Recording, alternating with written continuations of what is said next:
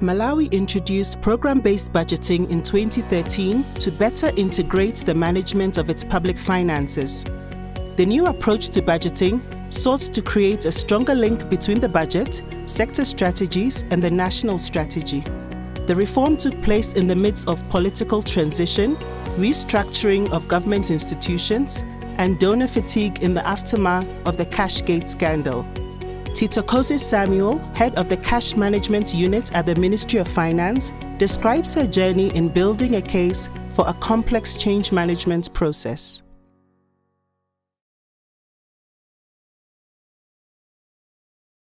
So Malawi was facing a challenge in terms of having a proper link between the outputs at ministry level, the sector level, and the national strategy. So the idea was to provide a proper link between or amongst the three levels. So back in the early 2000s, we had a sort of performance-based approach to budgeting introduced, and we had an output-based budget that was being implemented.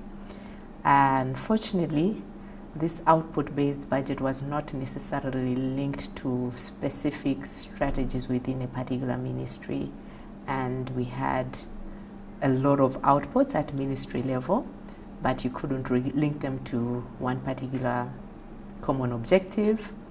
And then the problem was compounded when we tried to then link this with the national strategy. The first instance was them being able to understand, the ministries themselves understand that this was more or less a new approach. So we had others believing that it's the same thing and not too different. And then when we took the initiative to the next level, we had to more or less have the Minister of Finance buy in to be able to take the reform to the next level of Parliament and then even the President.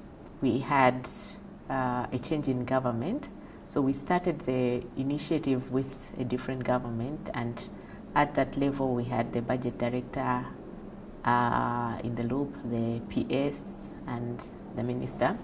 But eventually with the change, it was like we were starting afresh, and we had to more or less get them to understand why we are doing this reform.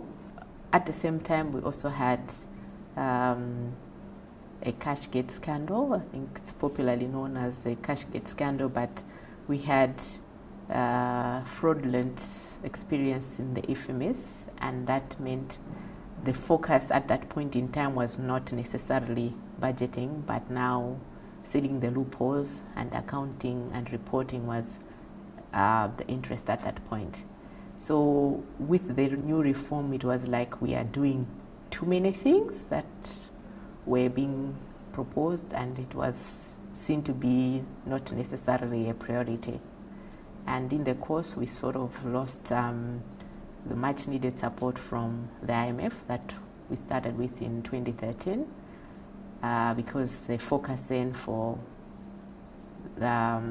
most donors was to ensure that we are not losing any money through the accounting system.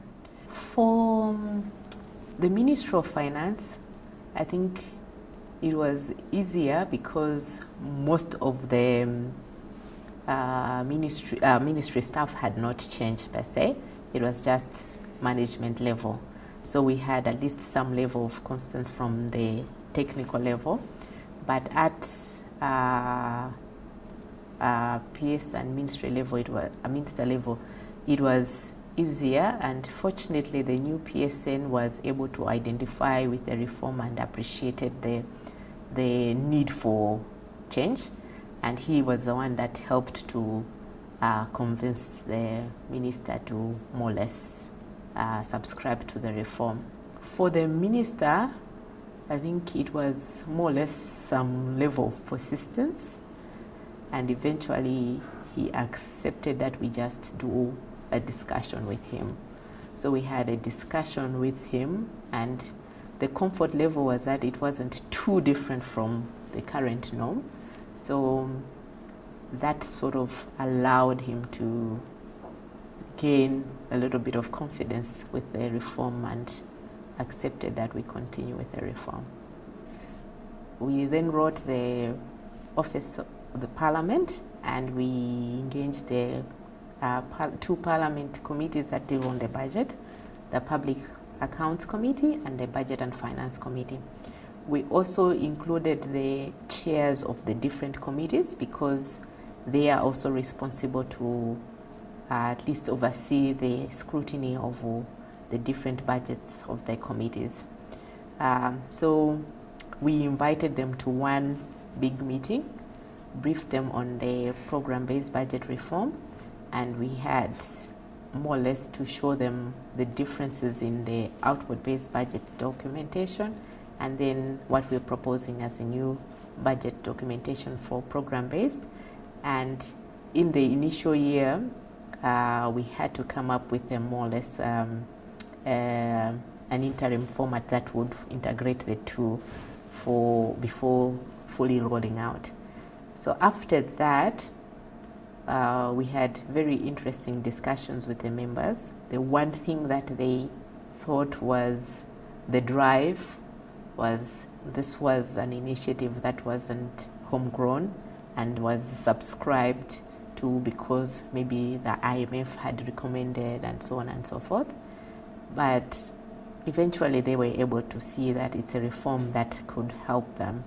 So that went well, and by the next budget, we were able to migrate to the whole of central government. Malawi has a lot of support from the donors, so we needed to have them on board and understand how we are going to be reporting their resources on. But with then the fraudulent practices, it was deemed not to be a priority. But nonetheless, I think we had one donor that was willing to support, and they are the ones that financed most of our reform initiatives from then to the time that we were able to roll out to central government. Initially, we envisaged that would have a team that would have representation from different government entities that were central in the planning process. Within the budget, we had 3 sections: the budget planning, budget monitoring and evaluation, and budget cash release. They formed the team, and they are the ones that went to the ministry to engage them on their program structure. With the support from the UNDP, we had a short-term consultant hired. So we formed 2 teams, and we divided the number of ministries into 2. So the 2 teams, mainly because the budget planning staff were not as many, so we shared in between the 2 teams, and would all go to the different MDAs that we were assigned, work with them, and give them time to give their proposals on their programs. That was the first round. And eventually, they would submit between the consultant, myself, and another advisor that we had would review the submissions, provide feedback to the teams on what to emphasize on, and then move on to the next level. As a team, we managed to stay motivated despite the reform process taking longer because I think we understood the problem. From the MDA side, we experienced staff turnover, resistance by the staff, and then the capacity. What we noticed were for the major MDAs that had a planning function already in place, they had an easier time to adapt to the reform because this was already something that they would do in their sector strategies and the like.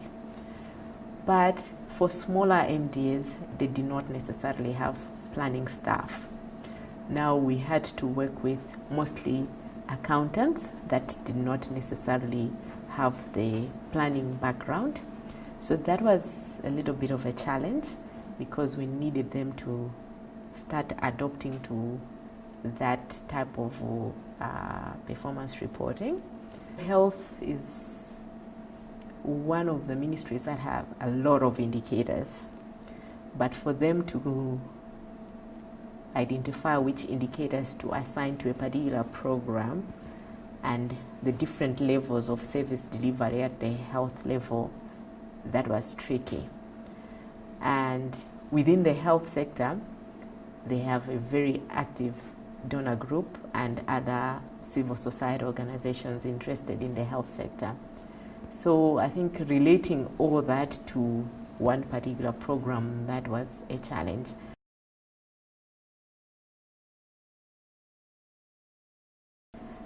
The length of the reform period was initially envisaged to be not more than 5 years, but I believe it's going to take longer because, as I indicated earlier, we are still on the planning stage.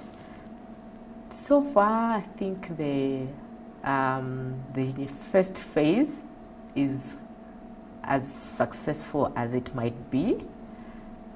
Sure, we have a few challenges, and that's given.